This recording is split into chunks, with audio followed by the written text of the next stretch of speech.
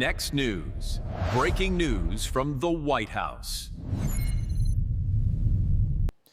Tonight, the Southern Poverty Law Center is no longer hiding behind a media halo.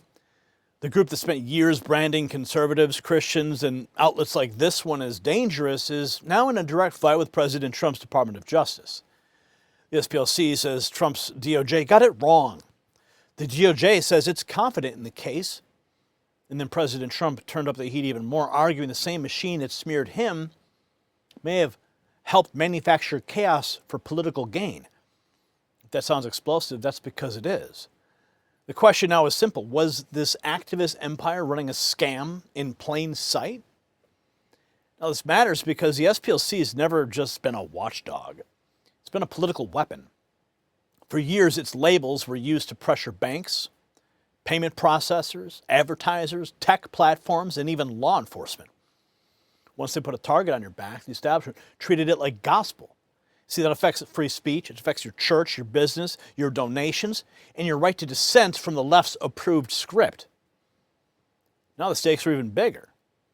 If the Trump administration's DOJ is right, then this is not just about bad judgment or biased activism. It's about whether a powerful left-wing organization built influence, money, and media protection while allegedly running operations it publicly claimed to oppose. President Trump's also tying that pattern to events used to damage him politically, including Charlottesville. Democrats and their media allies they're now panicking because if this case opens the books, the entire activist smear industry could be exposed all at once. And while we're talking about the Trump administration taking on the old activist machine, here's another America First development that you need to know about right now. This is breaking news at the White House. They just announced over $30 billion to secure America's critical mineral supply chains and named a specific Alaskan project as a key strategic asset for U.S. mineral independence. Now, I've personally been to the Vizsla copper drilling site in Canada myself. I've held the core samples. I've been to the drilling sites. But what's happening right now in Alaska, that's bigger than what most people realize. President Trump just unveiled Project Vault, a $12 billion strategic mineral reserve designed to stockpile essential resources and keep America strong, secure, and self-reliant. See, that means companies positioned in the space deserve a very hard look, including Vizsla Copper, trading in the United States, write this down, under VCUFF, also in Canada as VCU.V. It's on your screen there. See, this is about supply chains, it's about jobs, it's about national strength. So check the exclusive briefing. It's only for Next News viewers. It's linked below, and see why smart investors are paying very close attention right now. We thank them for supporting our work. Now let's get back to the fight that could rip the mask off one of the left's most protected political operations. Now here's the twist that the corporate press would never touch. This is no longer just a war of opinions. The SPLC is directly accusing the Deputy Attorney General Todd Blanche of lying about its paid informant program. And the Trump DOJ answered by saying it remains confident in the case. That means federal prosecutors are not blinking.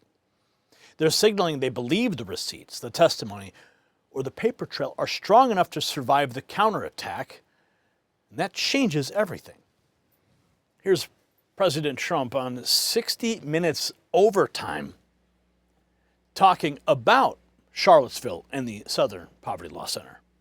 I see these no kings, which are funded just like the Southern Law was funded. You saw all that. Southern Law is financing the KKK and lots of other radical, terrible groups. And then they go out and they say, oh, we've got to stop the KKK. And yet they give them hundreds of thousands and even millions of dollars.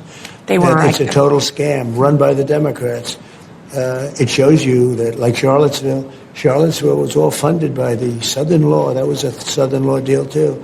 And it was done to make me look bad, and it turned out to be a total fake. It basically was a rigged election. This was a part of the rigging of the election, and that's what you really should be doing. I mean, I hope one of your 60-minute episodes, which really hasn't changed very much from the last few years, I'm surprised, but one of those episodes should be on Southern Law and the fact that they spent millions and millions of dollars on absolute far right and just bad groups.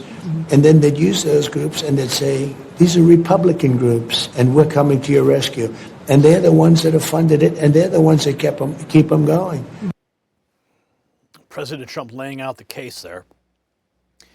SPLC didn't just smear him, it bankrolled the very radicals it used for political theater. Now, in other ways, zeroes in on who runs the outfit and why she says the whole operation is a cash and control scam. This woman noticed something very interesting about the SPLC. Listen to what she says. Apparently, these are supposedly the chief employees of the Southern Poverty Law Center, which was just busted for funding the KKK, the American Nazi Party, the Unite the Right. All of the white supremacist supposed organizations were being funded by an organization made of black people. So just to make it clear, an organization in part founded by Jews, run by blacks, are funding white supremacist organizations because there's not enough actual racism from white people, which threatens their ability to collect on welfare, social programs, get funding from the government, make millions, basically. So yeah, I hope this dispels white guilt, because white guilt is pretty much what these people use to rob you blind of your taxes. If anyone is a slave in the big 2026, it is the white working man. That was posted by Wall Street Apes, another great follow on X. According to her, almost everyone in the comments agrees with her. It's all another scam to keep the welfare payments justified and flowing. Think about that. Democrats' main voter base is people on welfare. It's one big crime syndicate manufacturing fake outreach to steal our money for votes. So that clip's laying out the bigger racket. Fake hate, real money. Democrats cashing in. Now the fight moves from the DOJ to the DOJ, where the SPLC is accusing Deputy Attorney General Todd Blanche of lying. The department firing back that it's standing by its case. This is the developing reaction. The SPLC accusing Blanche of lying about the SPLC's paid informant program. Tyler O'Neill says, I asked the DOJ to respond, and a spokesperson said the department remains confident on the case. So, the smear machine exposed.